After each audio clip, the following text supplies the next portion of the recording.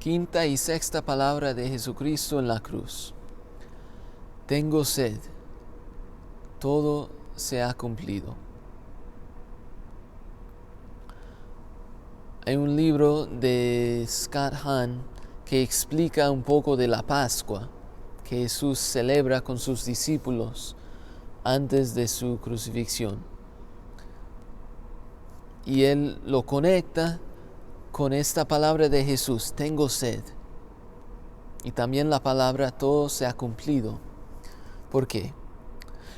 Si leemos en el Evangelio de Lucas, la Pascua, hay algo muy interesante que quizás no lo notamos, pero dice que Jesucristo toma la copa del vino y da la bendición, y después toma el pan y lo parte y lo da a sus discípulos, y después, asimismo, después de la cena, él toma la copa del vino y dice la bendición. Hay dos copas mencionadas en el Evangelio de Lucas. Y podemos pensar, es un error, o sea, parece muy raro. En la Eucaristía solo hay un cáliz de vino. ¿Por qué Lucas dice que hay uno antes del pan y otro después? Están contando la Pascua que Jesús celebra. Y lo que se ha grabado en los evangelios son solamente las partes que eran distintas. Jesucristo cambió. Todo lo demás de la Pascua no lo escribieron en los evangelios, porque ellos, los primeros cristianos que eran judíos, sabían qué se hacía en la Pascua. Entonces no escribieron todos los puntos. Solo escribieron lo que Jesús cambió. Entonces, en la Pascua de los judíos hay 4 copas de vino. Tradicionalmente, hay una copa que viene antes de la cena.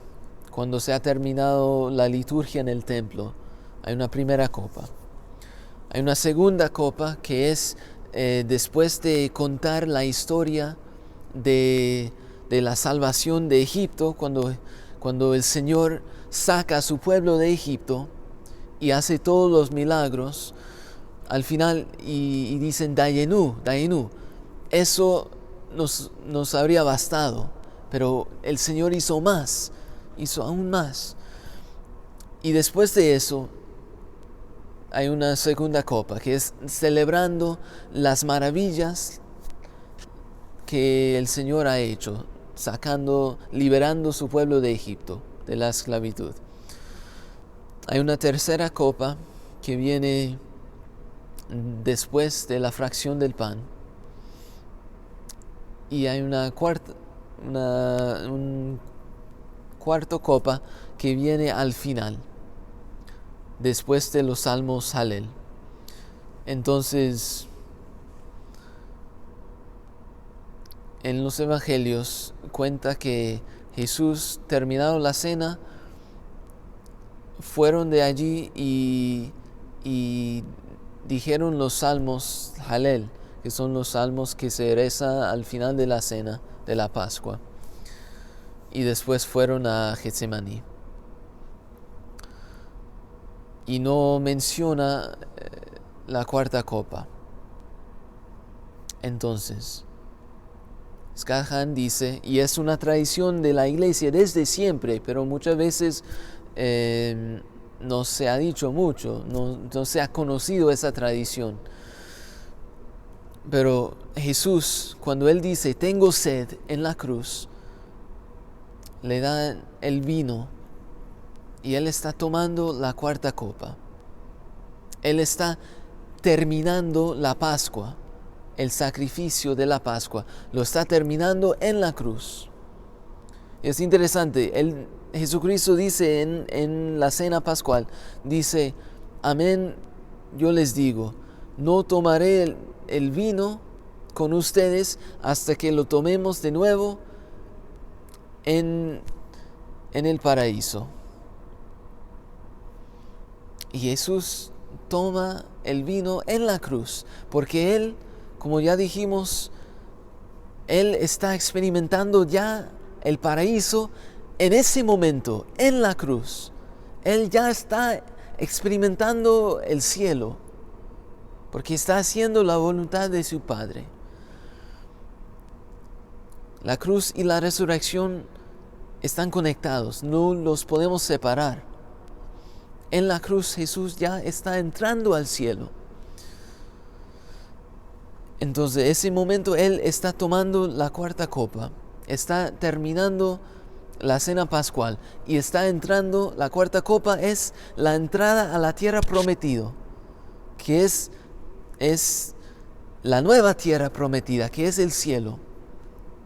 Está entrando ya al cielo y está tomando el nuevo vino en el reino de su Padre. Entonces, cuando Él dice todo se ha cumplido, está hablando de su misión, la misión que su Padre le ha dado, nuestra redención, pero está hablando también de la Pascua, que se ha cumplido la Pascua. Ahora la cena pascual se ha terminado, cuando Él toma el vino, la cuarta copa. Es interesante porque hay estos dos momentos, la cena pascual y la cruz. Y los dos son la Pascua. Por ejemplo, en la transfiguración aparecen Moisés y Elías y dice el Evangelio que estaban hablando con Jesús acerca de la Pascua que Él iba a cumplir en Jerusalén. ¿Cuál es? ¿La cena pascual que celebra con los discípulos o el sacrificio en la cruz? Los dos son la Pascua. Y también la primera Pascua tenía esos dos momentos también. Los judíos en Egipto celebran la Pascua, celebran la cena en Egipto, en la noche, cuando el ángel de la muerte pasa sobre las casas. Pero también, después de eso, el Señor los rescata de la esclavitud, nos saca de Egipto y pasan por el Mar Rojo. Y eso es cumpliendo la Pascua también. El pasaje por el Mar Rojo también es la Pascua. Y después, cuando ellos celebran la Pascua, en conmemoración de la primera Pascua, están celebrando la noche pascual en Egipto y también el pasaje del Mar Rojo, cuando el Señor les da la victoria sobre sus enemigos, el ejército de los egipcios. Entonces, la Pascua de Jesucristo, la nueva Pascua, también tiene esos dos momentos. La celebración, la cena antes con los discípulos y también el sacrificio en la cruz, que es la victoria de Jesucristo, la victoria del Señor sobre nuestros enemigos, abriendo el pasaje de la muerte a la vida eterna en el cielo para nosotros. Entonces Jesucristo dice: tengo sed, toma el vino nuevo, el vino de la tierra prometido, del cielo.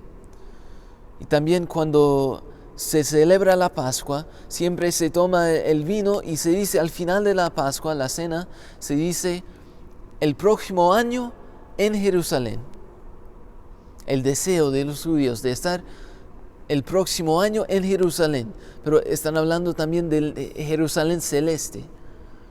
Jesús está ya entrando al Jerusalén celeste en la cruz.